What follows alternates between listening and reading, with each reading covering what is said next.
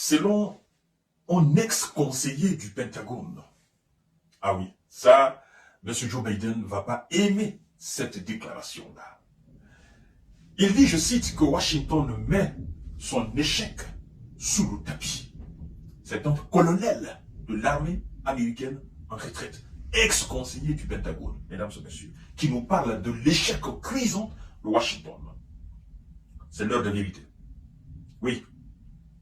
Washington met son échec en Ukraine sous le tapis, selon un ex-conseiller du Pentagone. Il s'agit de qui? C'est ce que nous allons voir dans cette émission. Mais avant tout, partagez la vidéo dans tous les groupes possibles. Abonnez-vous sur cette page. Mesdames et messieurs, nous allons nous plonger directement dans cette sortie de cet ex-conseiller du Pentagone. Vous savez, le mensonge, ça a beau durer, la vérité l'écrasera toujours.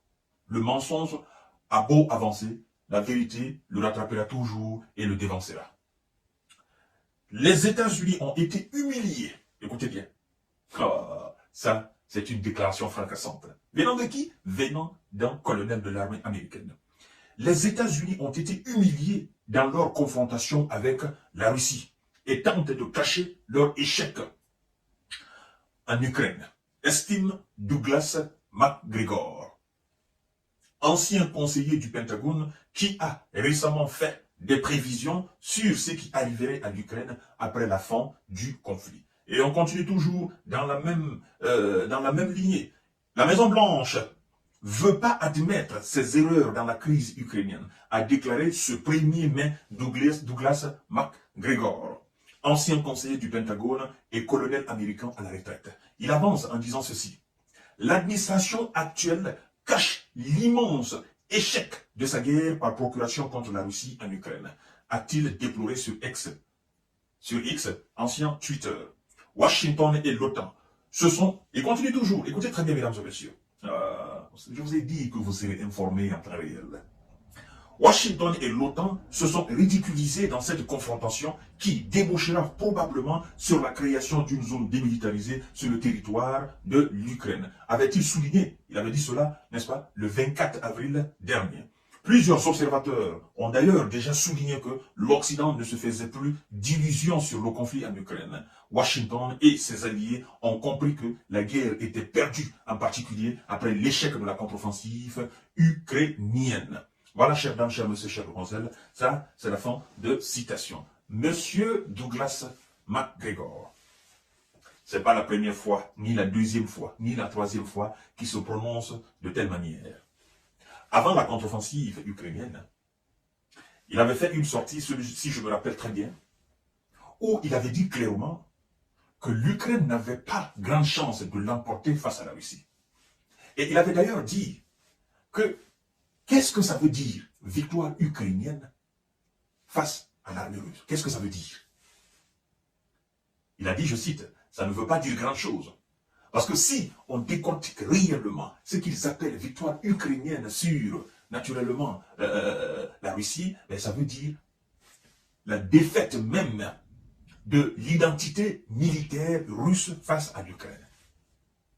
Vous comprenez, mesdames et messieurs? La défaite de l'identité militaire face à l'Ukraine, y compris les armes nucléaires. Et si j'ai bonne mémoire, c'est le même McGregor qui avait aussi dit, à un moment donné, quand les médias occidentaux avaient commencé à dire que la Russie n'avait plus de munitions, la Russie n'avait plus de chars, tout était en lambeaux, et qu'il y avait des obus même russes qui dataient de l'ère soviétique, que la Russie tirait ces obus n'explosaient pas. Je crois que c'est le même colonel, le même ex-conseiller du Pentagone, qui a dit que la Russie n'a même pas encore utilisé 15% de son arsenal militaire contre l'Ukraine. 15% de son arsenal. Je crois bien, c'était 2022-2023. Il avait dit que la Russie n'avait même pas encore utilisé 15% de son arsenal militaire contre l'Ukraine. Et donc, disons, 85% ou 80% de l'arsenal militaire russe était cloué au sol. Et ça collabore la version de Vladimir Poutine. Vous savez, il a été interviewé par un journaliste américain, je crois bien Carson, quelque chose comme ça, où il avait déclaré que l'armée russe, il avait dit à ce journaliste que je vous assure que ce n'est pas l'armée russe qui fait face aux soldats ukrainiens. Il avait dit que l'armée russe n'était pas encore entrée dans la danse. En ce moment, on parlait de groupe Wagner, on parlait de mercenaires, machin, mais je crois qu'il faisait allusion à cela. Et monsieur McGregor, ancien conseiller du Pentagone, s'est-il rendu compte de la réalité depuis le début. Et quand il dit que Washington a échoué, l'OTAN, l'Occident, dans son entièreté, a échoué dans la guerre contre la Russie, qu'est-ce qui leur attend dorénavant? Qu'est-ce qu'ils ne veulent pas dire au monde entier? Et qu'est-ce qu'ils cachent? Ils cachent tout simplement leur ego surdimensionné. Ils ne veulent pas qu'officiellement ça soit dit que la Russie a remporté face au bloc occidental. Ça fait une honte immense. Vous imaginez? Les États-Unis, la France, l'Allemagne, la Grande-Bretagne, la Belgique, je ne peux même pas citer l'ensemble des pays, n'est-ce pas, alliés des États-Unis qui soutiennent militairement l'Ukraine face à la Russie. Et qu'on vient vous informer maintenant officiellement qu'ils ont perdu la guerre face à cette même Russie, seule. C'est pourquoi, dans ces 2 jours-ci, je ne sais pas si vous avez remarqué, ils sont en train de tenter par tous les moyens possibles de faire entrer la Chine derrière la Russie pour dire la Chine soutient. Sans le soutien de la Chine, la Russie perdrait la guerre. Ou sans le soutien de la Corée du Nord, la Russie perdrait la guerre. Ils sont en train de faire tout possible à ce que les alliés de la Russie soient cités chaque fois auprès de la Russie quand on parle du conflit ukrainien. Pour que demain ou après-demain, s'ils venaient à reconnaître officiellement leur défaite, que voilà, les médias se préparent à dire oui, c'est vrai que l'Occident a perdu, mais de l'autre côté aussi, la Russie était soutenue par la Chine, la Corée du Nord, l'Afrique du Sud, le Brésil et l'Inde. C'est leur politique. C'est-à-dire, ces gens, ils pensent qu'ils sont plus malins que tout le monde. Ils sont en train de préparer les esprits. Vous avez vu la fois dernière, le secrétaire d'État américain, Anthony Blinken, il a dit que sans le soutien de la Chine, la Russie ne continuerait pas son effort de guerre. Automatiquement, il a été repris par le secrétaire général de l'OTAN, M. Jens Stoltenberg, qui a réenchaîné en disant quoi? Oui, nous savons que c'est la Chine qui soutient, parce que la Chine fait le commerce avec la Russie, parce que la Chine envoie certaines technologies en Russie. Ben, moi, ça m'a fait beaucoup rire. Je me dis, mais si c'est pour parler de commerce, vous savez aussi que vous commercez avec la Russie, vous achetez des produits russes. Jusqu'à présent, bien vrai que vous avez sanctionné, mais vous achetez des produits russes. Admettez tout simplement votre échec face à cette Russie seule. Admettez tout simplement. Parce que la preuve évidente est devant nous.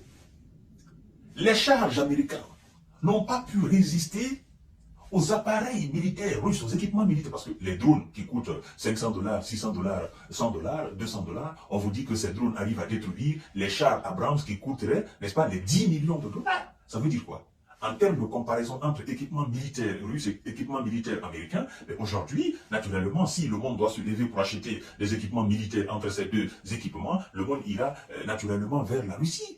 Bien évidemment, parce que les chars russes ont fait leurs preuves et continuent de faire leurs preuves. D'ailleurs, en parlant de chars, je viendrai tout à l'heure vous parler encore d'un autre char que la Russie a conçu et qui a fait rage aujourd'hui. Oui, parce que ce char, il est